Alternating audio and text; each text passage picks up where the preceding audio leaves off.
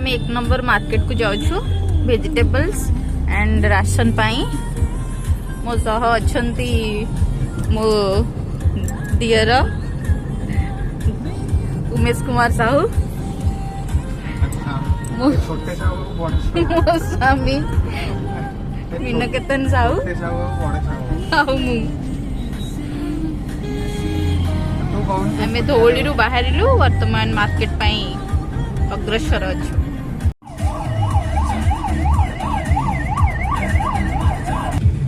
Dhauli market building जीवा रास्तार आपको बहुत सारा एमती शॉप मिल जाव जमी रिलायंस ट्रेंड होगला खिंजी विशाल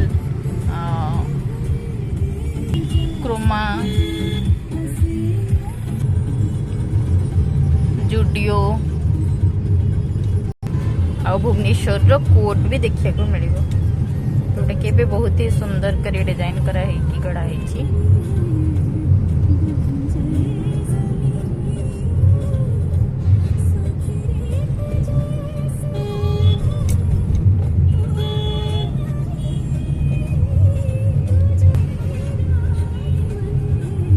करके जीवु तो कल्पना रे गोटे उत्कल गैलेरिया अच्छी जोटि कि पीवीआर भी मिल जिवो आ बहुत सारा बड़ बड़ शॉपिंग मॉल भीतर अच्छा मार्केट जीवा रास्ता रे आमर टिके इच्छा हो गला कि आम राम मंदिर एग्जीबिशन फील्ड जीवाई कौन पड़ी से देखा तो गाड़ी रो डायरेक्शन आम राम मंदिर एग्जीबिशन फील्ड आड़े मोड़देलु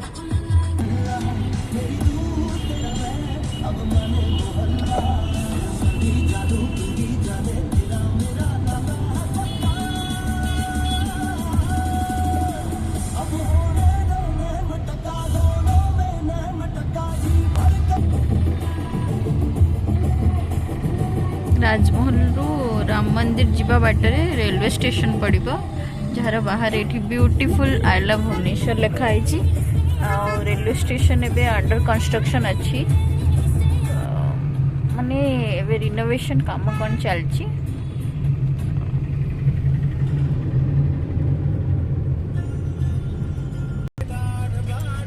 ये राम मंदिर ब्यूटीफुल राम मंदिर हम भुवनेश्वर राम मंदिर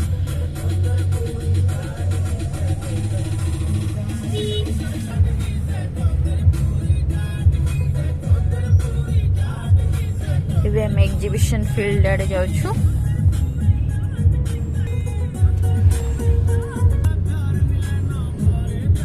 एग्जीबिशन फील्ड बाहर भी बहुत सारा दुकान लगी था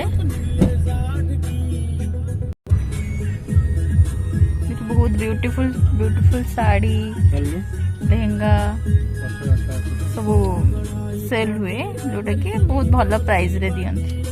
एग्जीबिशन फील्ड आसला आम जानलु कि हस्ततंत्र मेला पड़ी तो आम एंट्री करूँ भीतर को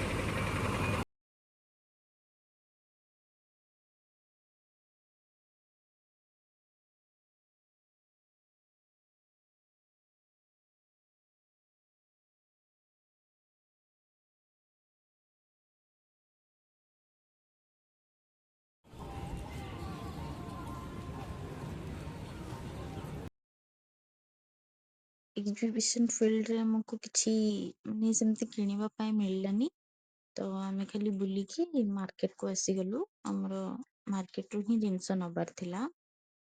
तो मार्केट रे जेहेतु क्रिसमस तार 2 दिन पर थिला तो मार्केट बहुत ही भीड़ थिला ସେଥିପାଇଁ ଆମେ ଆମର ଯାହା ପରଚେସ୍ କରିବାର ଥିଲା ସେଇଠିକୁ ହିଁ ଡାଇରେକ୍ଟ କଲୁ କାରଣ ଆମେ ଚାହୁଁଥିଲୁ କି ଜଲ୍ଦି ସପିଂ କରିକି ବାସ୍ ଏଠୁ ବାହାରି ଯିବାର ଅଛି ଆକ୍ଚୁଆଲି ସମସ୍ତେ ମାର୍କେଟଟା 1 ନମ୍ବର ମାର୍କେଟଟା ଏଥିପାଇଁ ପ୍ରିଫର କରନ୍ତି କାରଣ ଏଠି ସବୁ ଜିନିଷ ହୋଲସେଲ ପ୍ରାଇସରେ ମିଳିଯାଏ ସବୁ ଜିନିଷ ଯାହା ଖୋଜିବେ ସବୁ ଏଠି ମିଳିଯାଏ ମାନେ ପର୍ଟିକୁଲାର ଯଦି ଆମେ ଗୋଟେ ଦୋକାନକୁ ଯାଉଛେ ମାନେ ଘର ପାଖ ଦୋକାନ ହେଇଗଲା କି ଆଖପାଖ ଦୋକାନ କିଛି ହେଇଗଲା ସେଠି କିଛିଟା ଲିମିଟେଡ ଜିନିଷ ଥାଏ ବଟ୍ ଏଠି ବହୁତ ସାରା ଜିନିଷ ଥାଏ ଆଉ ଏମିତି କିଛି ନାହିଁ ଯୋଉଟା କି ଖୋଜିବେ ଆଉ ଏଠି ମିଳିବନି ଆଉ ସେ ପୁଣି ସେ ବି ଆଫୋର୍ଡେବଲ ପ୍ରାଇସରେ ବାଟରେ ଆମକୁ ଟିକେ ଇଚ୍ଛା ହେଲା କି କିଛି ପିଇ ନବା ଯେହେତୁ ବହୁତ ହି ଶୋଷ ଲାଗୁଥିଲା, ସେଥିପାଇଁ ଆମେ ସେଠି ମିସ୍ କଲୁ ଲସି।